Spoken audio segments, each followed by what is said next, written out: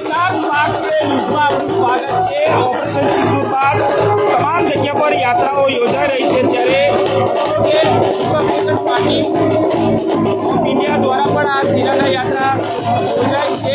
શહેરના ડેલિગેટ સતતથી આ યાત્રા યોજાઈ છે। ખાસ કરીને તમામ લોકો અહીંયા એકત્ર થયા છે। ખાસ કરીને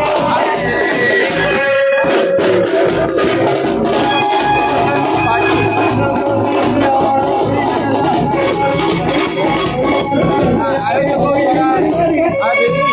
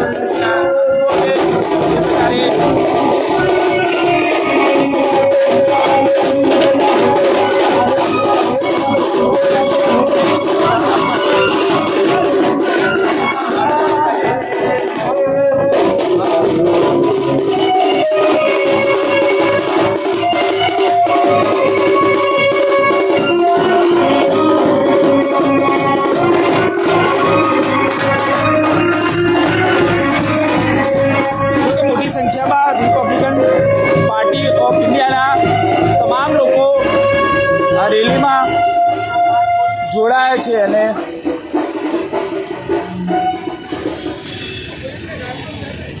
જો કે તમામ લોકો ભારત માતા સાથે ઓપરેશન સિંદૂરની જે તિરંગા યાત્રા હતી ત્યારે તમામ લોકો આ તિરંગા યાત્રા થકી લોકોને જોડાવાના જિંદાબાદ યાત્રાના પ્રયાસો કરવામાં આવી રહ્યા છે। આપ જો કે ભારત જિંદાબાદ યાત્રા વડોદરા શહેરના રાજમાર્ગ પર નીકળી છે। ઓપરેશન સિંદૂર થકી રિપબ્લિક પાર્ટીના અધ્યક્ષ રામદાસ આઠવલેના સૂચના બાદ આ રેલી યોજવામાં આવી છે અને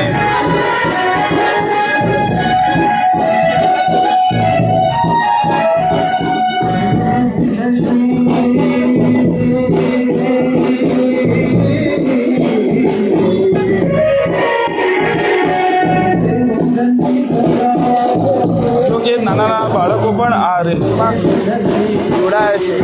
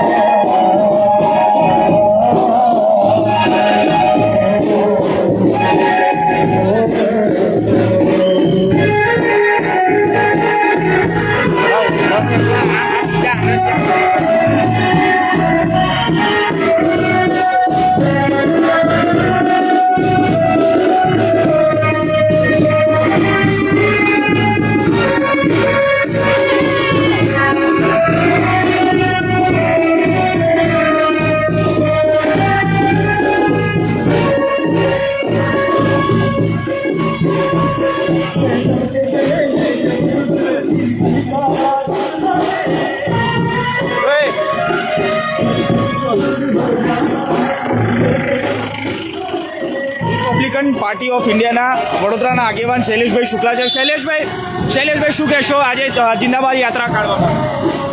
માનનીય સમાજ કલ્યાણના મંત્રી રામદાસ આઠવલેજીના નેતૃત્વ હેઠળ અને એમની આજ્ઞાથી સમગ્ર ભારતમાં 22 મેથી લઈને 10 જૂન સુધી ભારત જિંદાબાદ યાત્રા કાઢવામાં આવશે અને એમાં નારો રહેશે ભારત જિંદાબાદ અને પાકિસ્તાન મુર્દાબાદ।